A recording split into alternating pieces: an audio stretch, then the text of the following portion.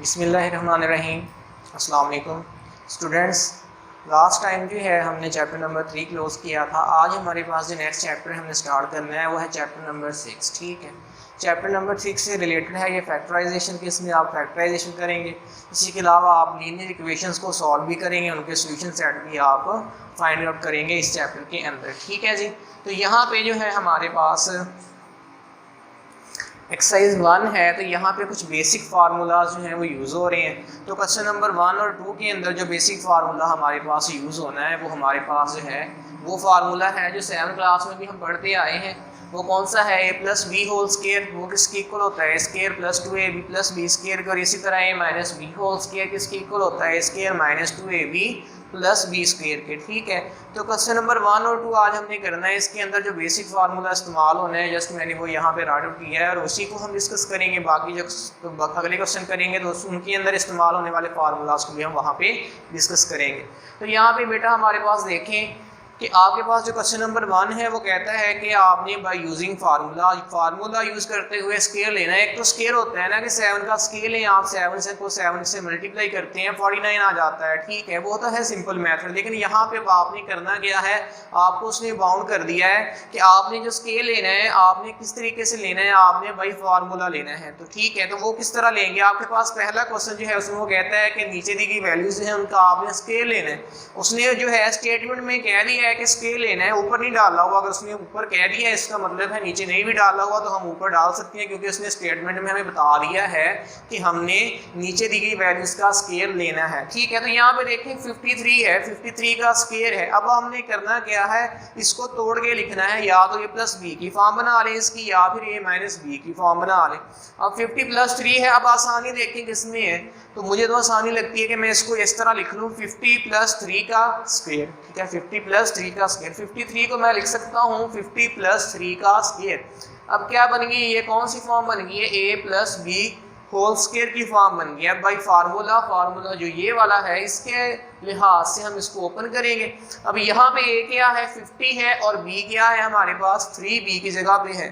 तो a का square it means that 50 का स्क्वायर प्लस 2 फार्मूले का, a की जगह पे 50 आएगा, b की जगह पे 3 आएगा, प्लस b का स्क्वायर 3 का क्या हो जाएगा? स्क्वायर। सिंस आप आगे इसका हवाला भी दे सकते हैं कि मैंने इसको इस फार्मूले के लिहाज से ओपन किया है। ठीक है, हर जगह आपको हवाला देने की ज़रूरत नहीं है, आप दे देंगे तो अच्छी बात है, लेकिन नहीं भी देते तो आपको जो है मार्क्स नहीं कटेंगे आपके हवाला देने के। ठीक है, अब देखेंगे मैंने इसको ओपन किया, 50 का स्क्वायर 2500 होता है, और 53 आर 150, 152 आर 300, तो ये 300 हो गया ऐड हो गया। और 3 का स्क्वायर कितना होता है? 9। इन सबको ऐड किया तो आंसर कितना आ जाएगा? 2809, 2809। ठीक है जी, अब देखें नेक्स्ट, ये तो था सिंपल। इसका एक और पार्ट जो है अगला जो है, आप उसको मैंने यहाँ पे बताया है कि आप उसको मजीद कैसे जो है तोड़ के लिख सकते हैं, किस तरह आपको आसानी होगी। ठीक है,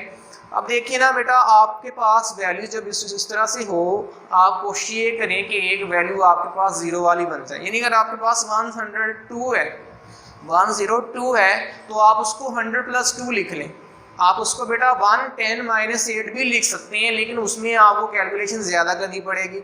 अब अगर 100 लिख लेते हैं तो आपको पता है 100 का स्केल ले लेंगे तो 4 0 लग जाएंगे, एक ही आ जाएगा, एक दफ़ा एक ही आ जाएगा, और 4 0 हो जाएंगे। पहले 2 0 हैं, फिर क्या हो जाएंगे, जब स्केल लेंगे तो 4 0 हो जाएंगे आपके पास। ठीक है, तो आपने आसानी की तरफ जाना है, इस तरह स्प्लिट करना है कि आपको सॉल्व करने में आसानी हो। आपने जो है मुश्किल काम में नहीं पढ़ना, कभी भी मैं आपको हमेशा कहता हूँ हमेशा आसानी की तरफ आए।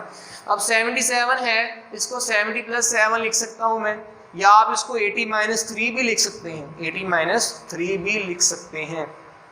फिर आपके पास माइनस के फार्मूले के लिहाज से ये ओपन होके सॉल्व होगा। ठीक है, इसी तरह 509 को आप 500 प्लस 9 लिख सकते हैं, और 1006 को 1000 प्लस 6 लिख सकते हैं। ठीक है, तो ये तो है तरीकाकार इसको सॉल्व करने का। अब मैंने एक मजीद क्वेश्चन नंबर 2 में उसने ऊपर स्क्वायर डाल दिया है, स्टेटमेंट में नहीं कहा, अब उसने वैल्यूज के ऊपर स्क्वायर डाल दिया है।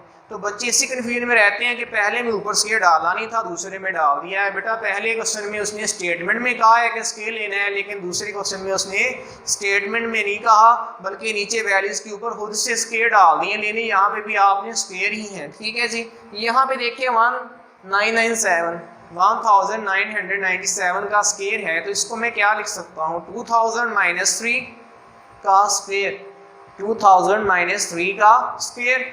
तो ये कौन सी फॉर्म बन गई, a - b स्क्वायर की फॉर्म। तो क्या आ जाएगा, a का स्क्वायर 2000 का स्क्वायर -2 फार्मूले का, a की जगह पे 2000, b की जगह पे 3 + 3 का क्या आ जाएगा स्क्वायर। 2000 का स्क्वायर लेंगे, 3 0 ये हैं, 3 और आ जाएंगे तो 6 0 ऐड हो जाएंगे, 1 2 3 4 5 6 0 लगा दिए, और 2 बार कितने हो जाएंगे, 4।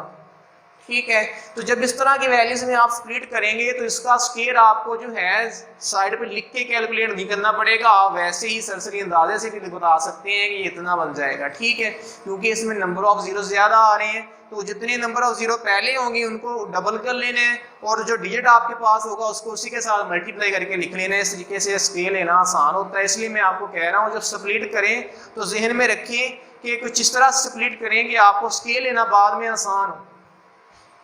अब देखें 2000 2s are 4000, 4000 3s are 12000, और प्लस क्या हो जाएगा 3 3s are 9, ये 12000 माइनस होगा। इन सब को बेटा सॉल्व करने के बाद जो हमारे पास आंसर आता है वो कितना आता है। ठीक है, देख लें, तो हमारे पास 3988009 इसका क्या आ गया है, आंसर आ गया है। ठीक है जी, 3988009। ठीक है, बेसिकली हमारे पास कितना बन गया था, 40 लाख बन गया था, तो आंसर इसका कितना आया, 39,88,009।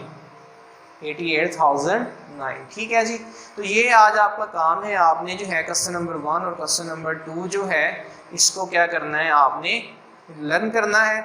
और किसी बच्चों ने जो है, कुछ बच्चे जो है पहले इसको जो है नीड कॉपी पे नहीं उतारते रहे, तो उनसे भी जो है मैं कह रहा हूँ बार बार कि इसको अब साथ साथ कर लें, क्योंकि ये दोबारा रिवाइज नहीं करवाया जाना, ये आपकी रिवीजन चल रही है। ठीक है, आपको भी पता है कि बहुत सारा टाइम जो है हमारा छुट्टियों की वजह से जो है निकल गया है, इस वजह से जो है अब साथ साथ प्रिपरेशन अपनी जारी रखें। ठीक है जी, और साथ साथ जो है इस काम को करते रहें। ठीक है जी, इंशाल्लाह नेक्स्ट लेक्चर में मिलते हैं। शुक्रिया।